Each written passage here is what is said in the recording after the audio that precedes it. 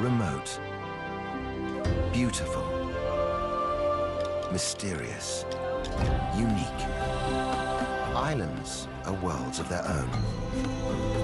Places apart where life has evolved differently.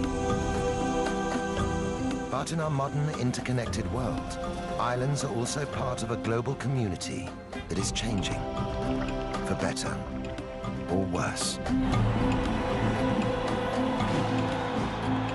In this series, we're exploring the lives of islanders. We're discovering that no matter how distant they are from the mainland, how distinctive their histories, or how proud they are of their independence, islands can't separate their futures from the fate of humanity as a whole. In so many ways, these shores are the front line of global change. What happens here matters to us all.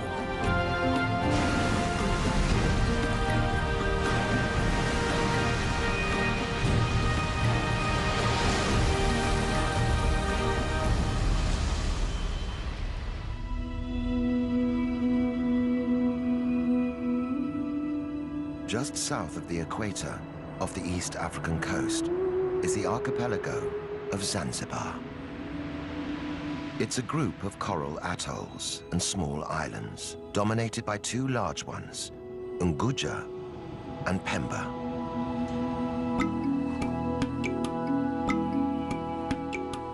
Today, Zanzibar is home to 1 million Swahili people.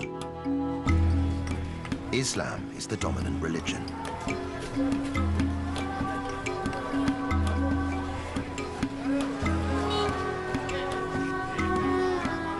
But over the centuries, these islands have known many cultures and customs.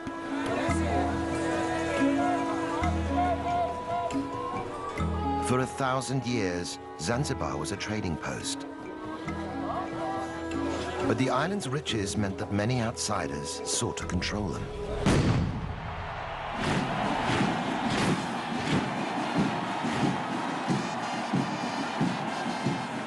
For hundreds of years, Zanzibaris have had to march to the beat of someone else's drum. Each new occupying force left its mark on the islands and their people. By the 1960s, ethnic tensions erupted in violence and death.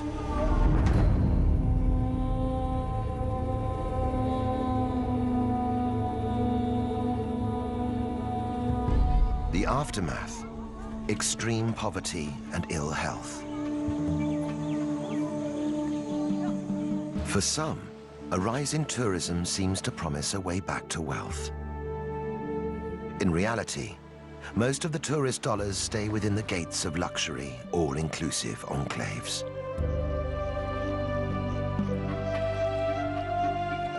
But across the archipelago, signs of change are appearing. From the wreckage of their past, people are building hope for the future. For women, it means living and working more freely without breaking the bonds of their society. For men, it means finding a balance between tradition and reform. These are islanders looking to emerge from the shadows of their past. For the first time in centuries, they're in charge of their own destiny. After all their troubled history, could this be Zanzibar's moment?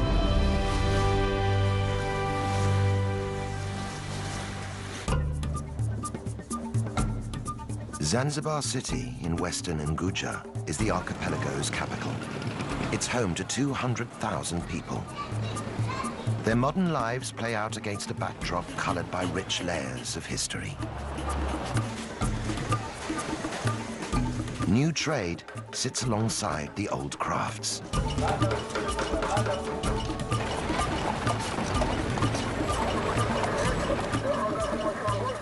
stone town is the city's historical core. Once it was the vibrant capital of an Arab trading empire, but today only traces of its wealth remain. On the outskirts is Michinzani, the new town. Its sprawling settlements clearly mark the divide between ancient and modern.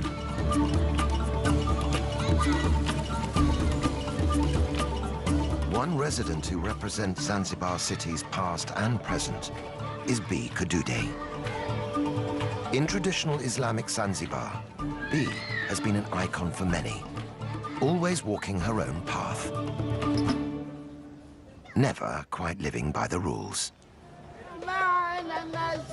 Now more than 100 years old, B is known across the archipelago as the grandmother of Zanzibar. She's famous for her traditional tarab singing.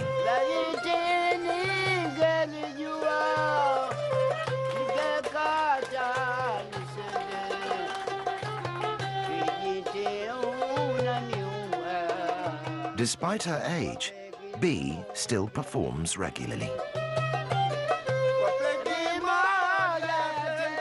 The fusion of Arabic rhythms and Swahili poetry is a reminder of Zanzibar's exotic history.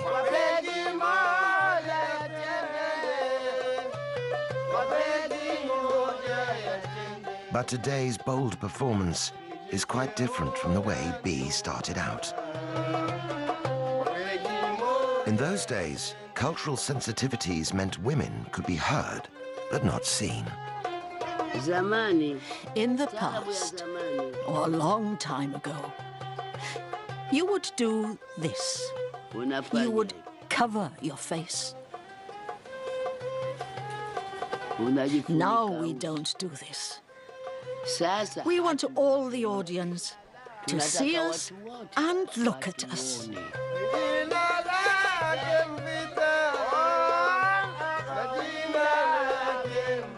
Those early concerts were much more than just entertainment. The songs were a means of social commentary. In the song Kijiti, B sings of a miscarriage of justice and the murder of a pregnant woman.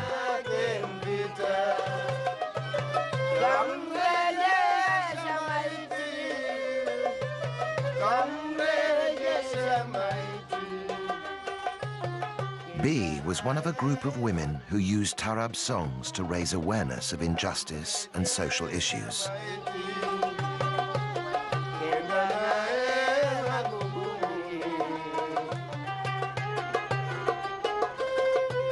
A century after Kijiti was written, women in Zanzibar still don't have the same rights as men.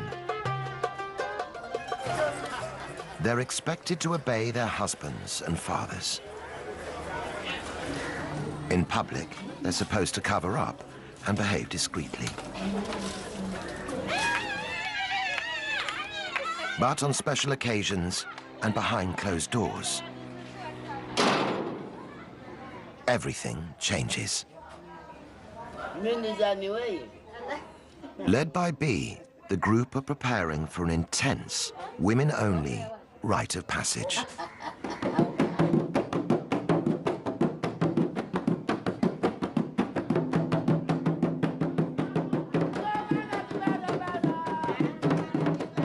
This normally secretive ritual, known as Inyago, is rarely seen by the outside world. For the young girl at its center, this initiation into womanhood is a vital preparation for married life.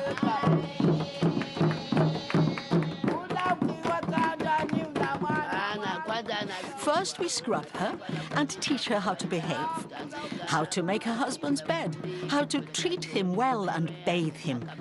This is her role as a wife.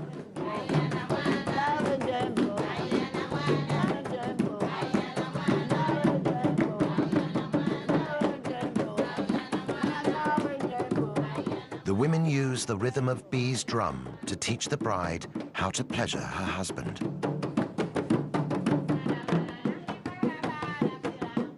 The fun and excitement is intoxicating. But Inyago also has a serious side. Girls are taught how to handle difficult husbands, how to stand firm through the trials of married life. As Zanzibaris step forward into their future, B is worried this old tradition will die with her.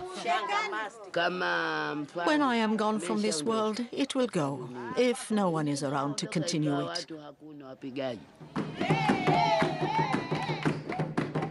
But as long as the ritual remains relevant to modern women in Zanzibar, it seems sure to survive.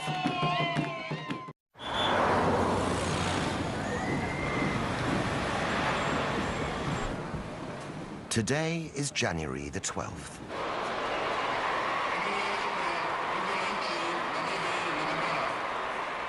The president is on his way to celebrate a pivotal moment in the island's history. Half a century ago, African Zanzibaris seized power from the Arab-dominated government in a violent uprising.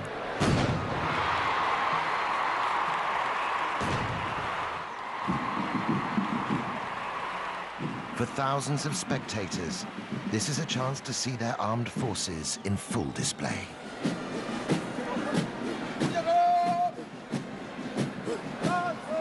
For the president, it's a political opportunity.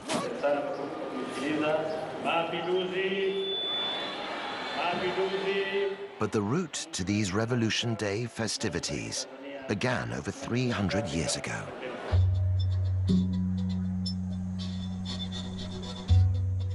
In 1698, after a long history of trade with the island, Oman conquered Zanzibar and declared it an Arab state.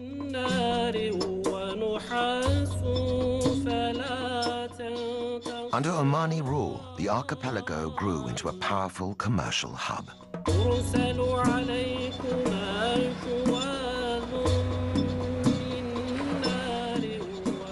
Zanzibar's thriving ports and bustling bazaars were at the center of a vast international trade network. The Arabs grew rich and powerful off the profits of one commodity in particular: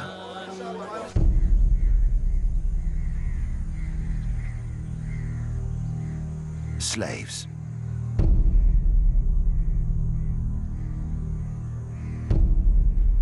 With Islam forbidding the enslavement of other Muslims, it was the Africans who were captured and sold as slave labor.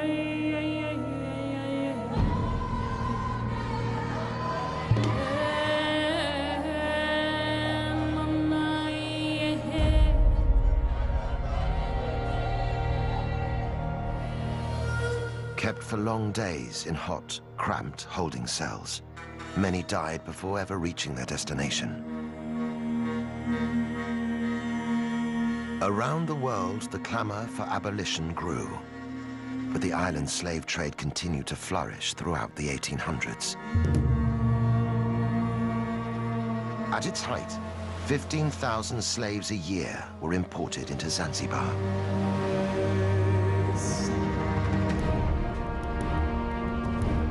The Arab elite used African slaves to fuel an explosion in clove farming. Zanzibar became known around the world as the Spice Islands.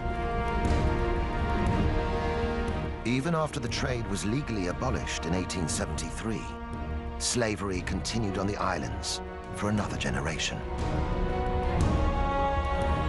By the start of the 20th century, the archipelago was firmly divided along ethnic lines. Arabs remained the ruling elite. They possessed most of the land and wealth. By comparison, the Africans had little. Finally, racial tensions boiled over.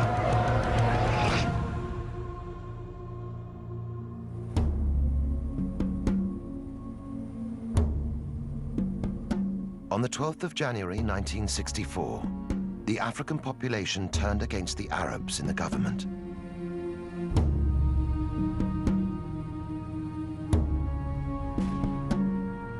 The revolutionaries went on the rampage. In a single day, 17,000 Arabs and other ethnic minorities were murdered. On the day of the revolution, by 6 o'clock, the Sultan and his family had already fled in their ships. So many were murdered, just out of anger and hatred. It was a genocide that went largely unreported around the world.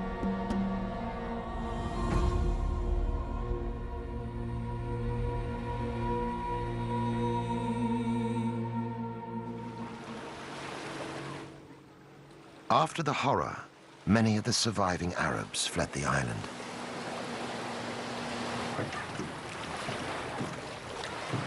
Those who stayed, like Abdallah Nasser Abdallah, had their property confiscated and lived in daily fear. Even today, talking about the revolution brings back difficult memories. My father was detained, and he wasn't the only one. They used to come and detain people and beat them for no reason. People fled because of this.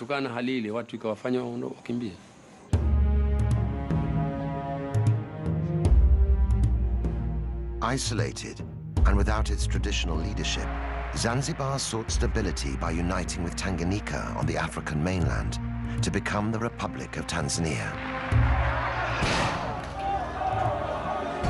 But the political quick fix didn't end the violence, which continued for nearly 50 years.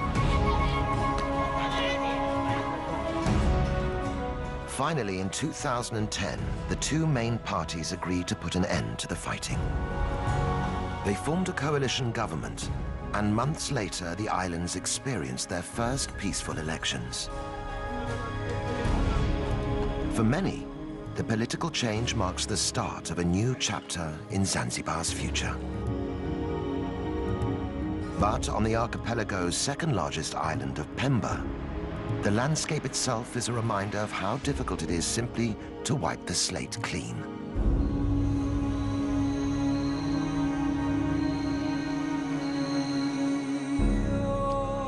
For clove farmer Abdallah, the 1964 uprising caused a sharp decline in the island's spice industry. Until then, most of Pemba Island was owned by Arabs, who used its fertile farmland to become the world's leading producer of cloves. Widely used in cooking and perfumes, the dried flower buds allowed Zanzibar's economy to flourish. After the revolution, Arab land was seized and redistributed to African islanders. But many of the new tenants neglected the farms.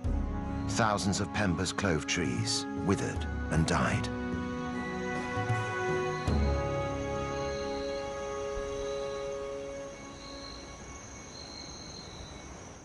With new trees taking 8 years to produce cloves, the loss proved costly. In the months after the revolution, clove production in Zanzibar dropped by 95%.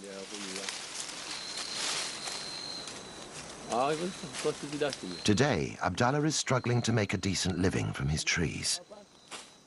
These are the cloves. This is how we harvest them, and this is how we separate them.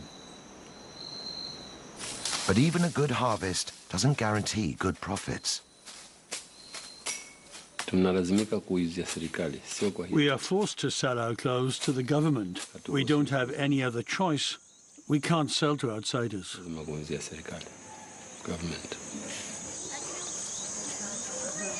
Although yields are just a fraction of what they once were, 10,000 tons of cloves are still produced every year on Pemba. The problem is that the price is so low, it doesn't meet our needs.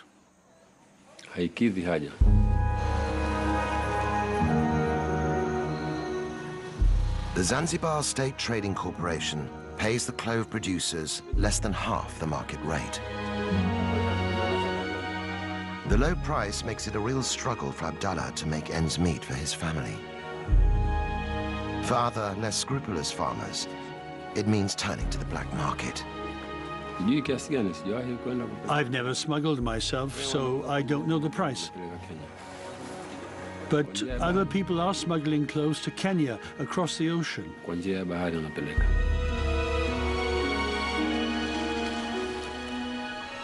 Farmers can get up to 3 times the price for their cloves in Kenya. But the cost of smuggling can be extremely high. Sometimes they get caught. They lose their clothes, their dhow, everything they own, and then they're sent to jail.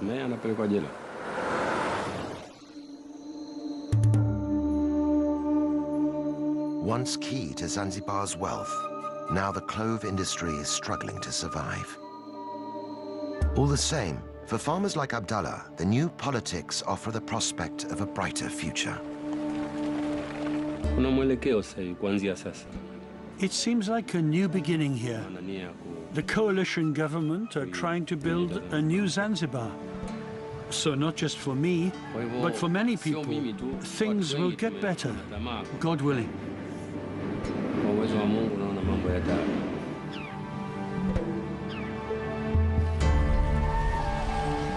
Right across the archipelago, there are islanders desperately hoping for change. Half the population live below the poverty line, scraping a living from the land or the sea. Average income is less than $1 per day, and the cycle of poverty is hard to break. But there is one part of Zanzibar's economy that is booming: tourism. Beach holidays and historical city tours bring visitors here every year.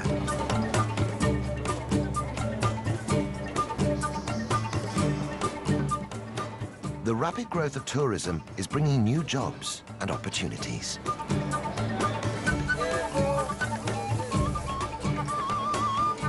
At Forodani Night Market in central Stone Town, stall holders are getting ready to vie for business. As the sun goes down, the air is filled with the tempting aromas of skewered fish and fresh kebabs. Tourists and locals mingle to enjoy the taste of Zanzibar. Despite its benefits, tourism is not the answer to island-wide poverty. Many visitors are package holidaymakers who never leave the beachfront.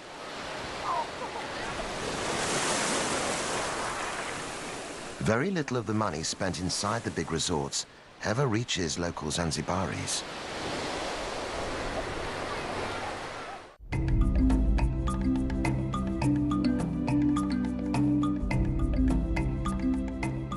But inland, away from the all-inclusive hotels, there is one man who's trying to draw some of those tourist dollars into the local economy. Mustafa Makame is from Jendele village in southern Unguja. He runs tours that give visitors a rare insight into the real Zanzibar, showing how life in his village has developed in harmony with the local environment. Hidden in the dense undergrowth of the Ufufuma forest are a series of caves used for sacred rituals.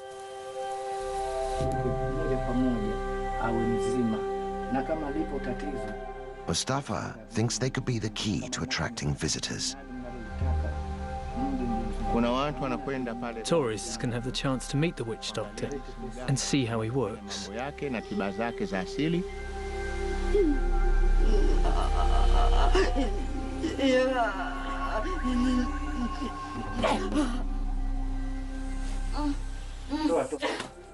Generations of distressed Jendele villagers have come here seeking help. This cave is used for people to be healed by a witch doctor. They come here when they're sick to ask for help from their ancestral spirits. Left behind at many of the caves are small adornments and gifts, offerings to appease the demanding Shaitani.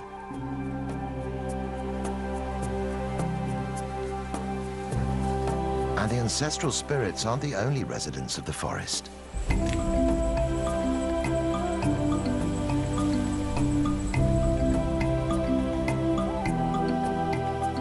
Visitors to Ufufuma can also see one of Africa's rarest inhabitants.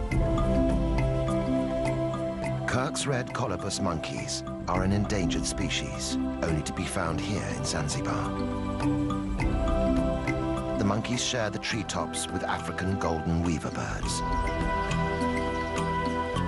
Home to exotic wildlife and unique human traditions, Ufafuma could be a huge draw for tourists who are looking for more than just sun and sand.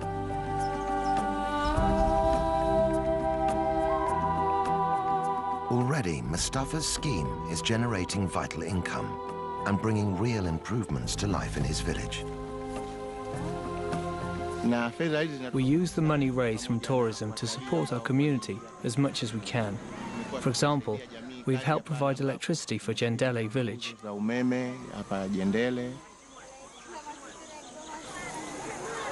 Money has also been used to supply the village school with books and pencils. These free provisions can make all the difference as local families weigh up the benefits of education for their children.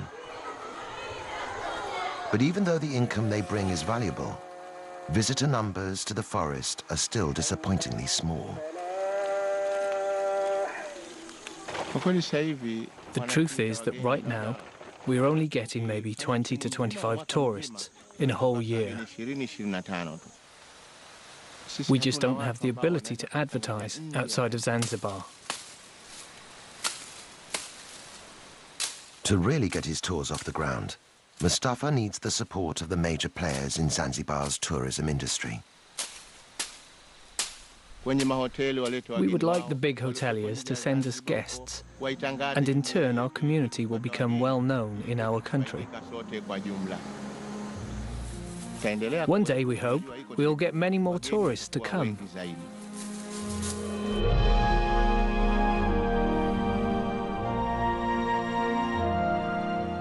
But there are parts of the archipelago where outsiders are not welcome. Just 2 kilometers off the coast of Unguja is an island which has turned its face away from the world.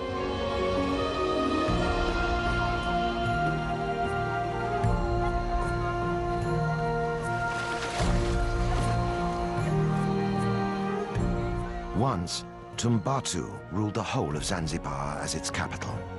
Now, islanders here choose to keep themselves apart. Known as the Watumbatu people, residents claim to be direct descendants of the Persian kings who arrived in Zanzibar in the 10th century. Today, they are proudly independent people, notorious for discouraging visitors.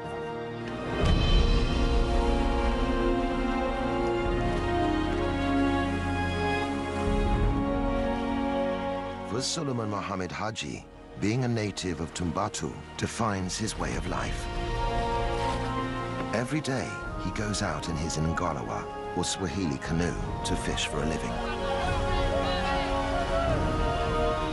Suleiman attributes his sailing skills to his distant ancestors who arrived in great dhows from the Middle East. Tumbatu Islanders still have a reputation as the finest sailors on the East African coast. But Suleiman's Ngalawa is too small to sail in deep waters, and in the heavily fished areas around Tumbatu, even the best sailing skills don't guarantee a good catch.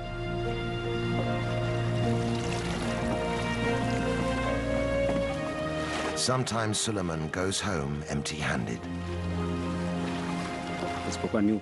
It's the sea that keeps my life going. If I don't catch anything, I have no other means.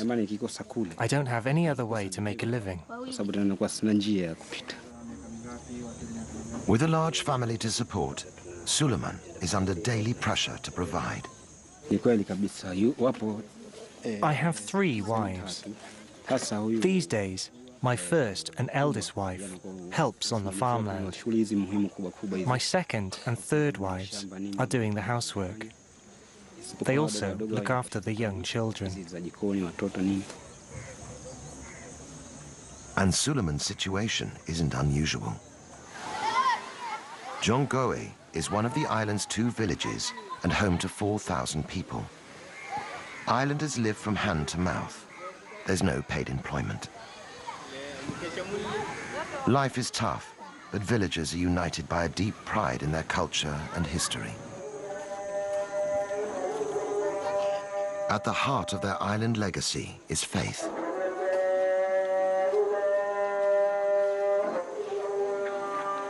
Brought to Zanzibar by the first Arab settlers, Islam is central to life here.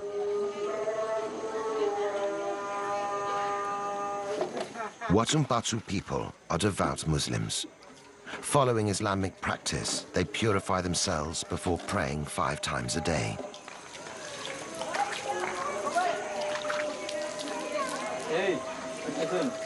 Gender roles are strict, and even prayer is segregated. While men attend the mosque, women must worship in private. Village chief Mwadini Makami is determined to keep out the modern influences he sees damaging other parts of the country. Across Zanzibar today, whenever you hear of misconduct or misbehaving, there's never a person from Tumbatu involved. This is because we are following our religion and culture. As chief, Mwadini believes it's his responsibility to protect Tumbatu's cultural integrity. For him, the key to doing that is to discourage tourism.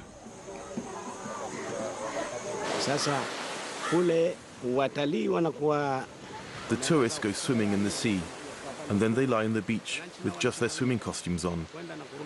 Eventually, you see the villagers mimicking their behavior, and that's why I'm afraid of tourism.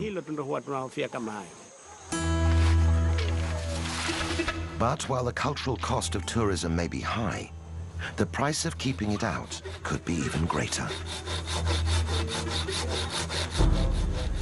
Tumbatu is one of the poorest regions in the whole of Zanzibar. Islanders only have access to the most basic healthcare. At the run-down local hospital, treatment is limited to paracetamol.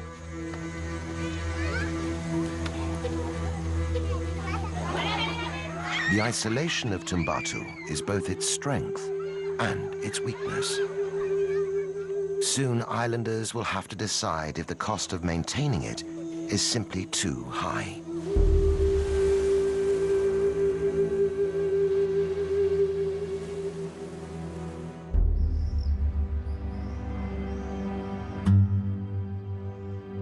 Even in the archipelago's capital, there are no guarantees of good health. Here, the barriers are physical as well as cultural. 1/3 of Zanzibaris have no direct access to clean running water. Some can collect supplies from community standpipes, but getting it home can be a challenge.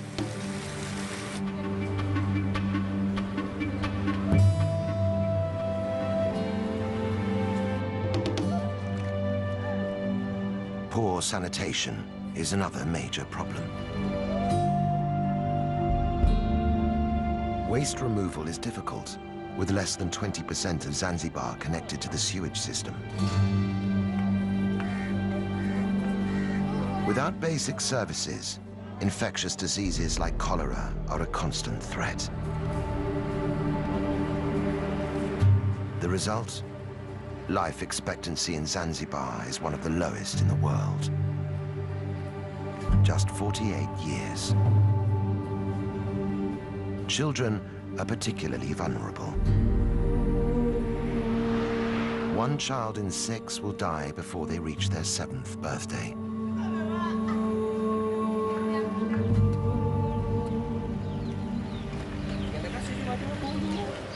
In the southeastern corner of Unguja, a small team of people is trying to improve the odds for Zanzibar's children. Makunduchi is one of only 3 hospitals on the whole island. But it boasts a brand new clinic for mothers and babies. And already, it's saving lives. For hospital manager Zainab Othman, the challenges in providing better health care are daunting. The government's trying to build new hospital facilities all over Zanzibar, but the problem is the lack of skilled staff.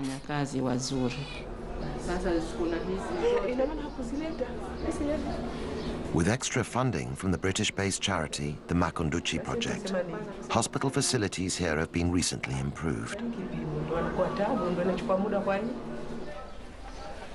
But Zainab still only has 34 beds and 2 junior doctors to treat a population of 60,000 people. Even with such limited resources, the team are working miracles. After the birth, this woman had a postpartum hemorrhage, which meant she had to have a blood transfusion. It helped save her life. It would have been another story without it.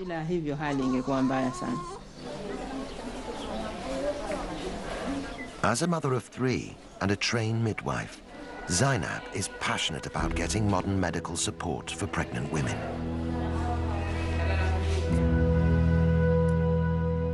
But convincing local women to use the hospital facilities isn't straightforward. For most pregnant mothers, the first point of contact is their village's traditional birth attendant.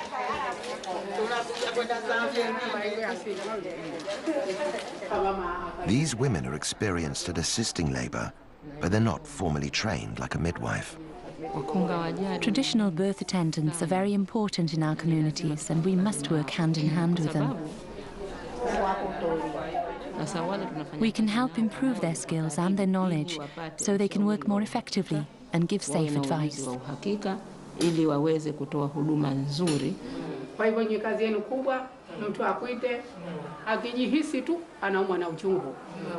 Getting these birth attendants on board is helping to persuade more mothers to have their babies in hospital.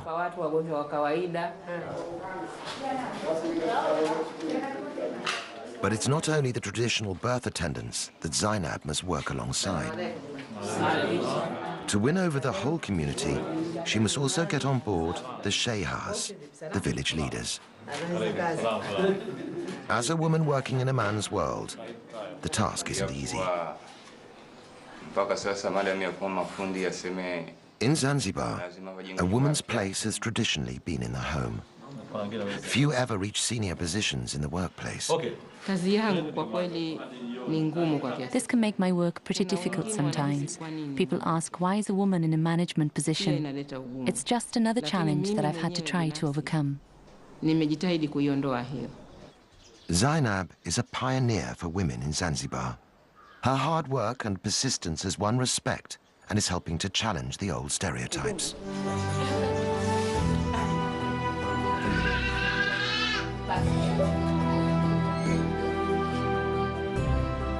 It is these small-scale changes in attitudes and public services that are marking the birth of a new era for Zanzibar. Up and down the country, there are other signs of change.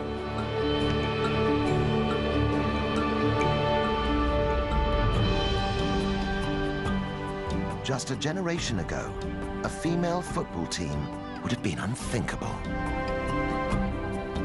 Now, the Women's Fighters Football Club have won the right to play on their own terms. When they tackle men's teams, there's a feeling that there's more than just the game at stake. They are part of a new generation, fighting for a better deal for women in Zanzibar. And the revolution isn't limited to sport.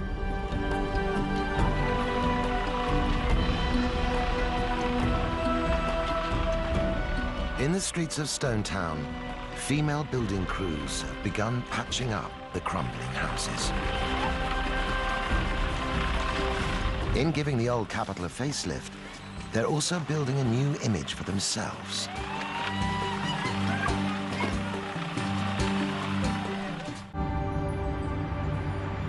In the seaside village of Kidoti, in northern Unguja, women don't work just to prove a point. They have to work just to survive. I have 8 children. Their father died, and they have only me left. Fatuma Mashenga is one of a growing number of islanders who work the beach farming seaweed. We're a group of women who all farm together. It's hard work. Sometimes when we go to harvest the seaweed, the ocean steals it. This makes it even harder on us.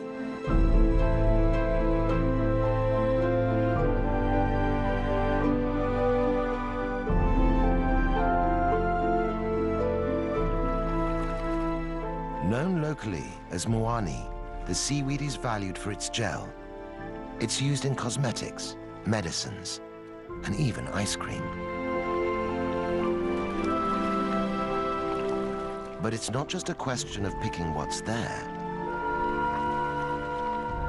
The crop has to be trained and cultivated. I go all along the rope, tying the seaweed on until I reach the end. When that's done, I wait for the tide to come in before I go home. It takes 3 months before the newly planted seaweed is ready to harvest. Working every day, women can gather 700 kilograms of fresh seaweed a year. But harvesting is just the beginning. Fresh seaweed must be dried out on hot rock beds before it can be processed or sold on. In the fierce sun, it's back-breaking work. But for the women who farm it, seaweed has become a lifeline.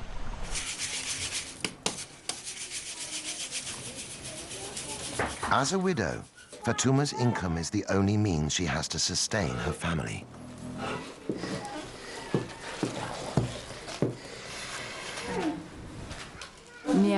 I get less than half a US dollar per day, but if I don't work, I get nothing. The money I get is helping me so much. It helps my children go to school and to buy school books. For Fatouma, education is the way to build her family a better future.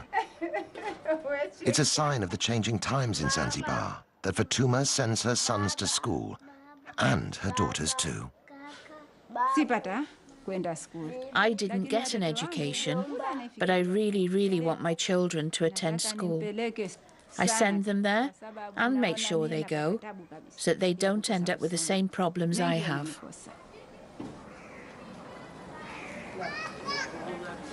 The profits are small, but Fatouma and her friends feel empowered by the money they're making.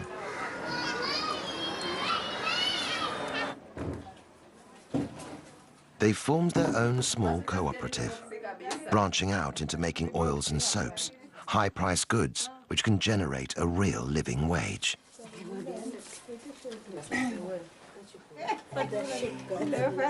As traditional exports decline, it is women like Fatouma who are building the foundations of a new economy for Zanzibar.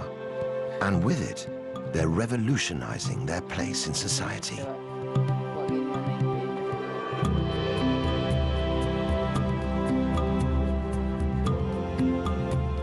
Across the archipelago, individual endeavors are combining to transform the life of the nation.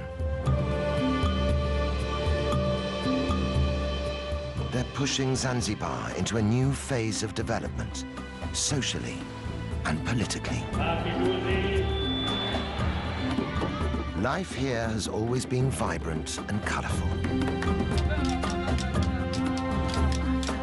The rituals and traditions of island life have lost none of their power.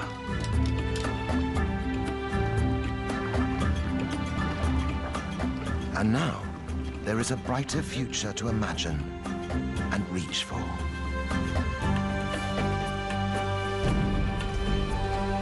The world is watching as the Spice Islanders begin to chart a new course for themselves. After all the storms they've lived through, Zanzibaris can feel fresh wind in their sails.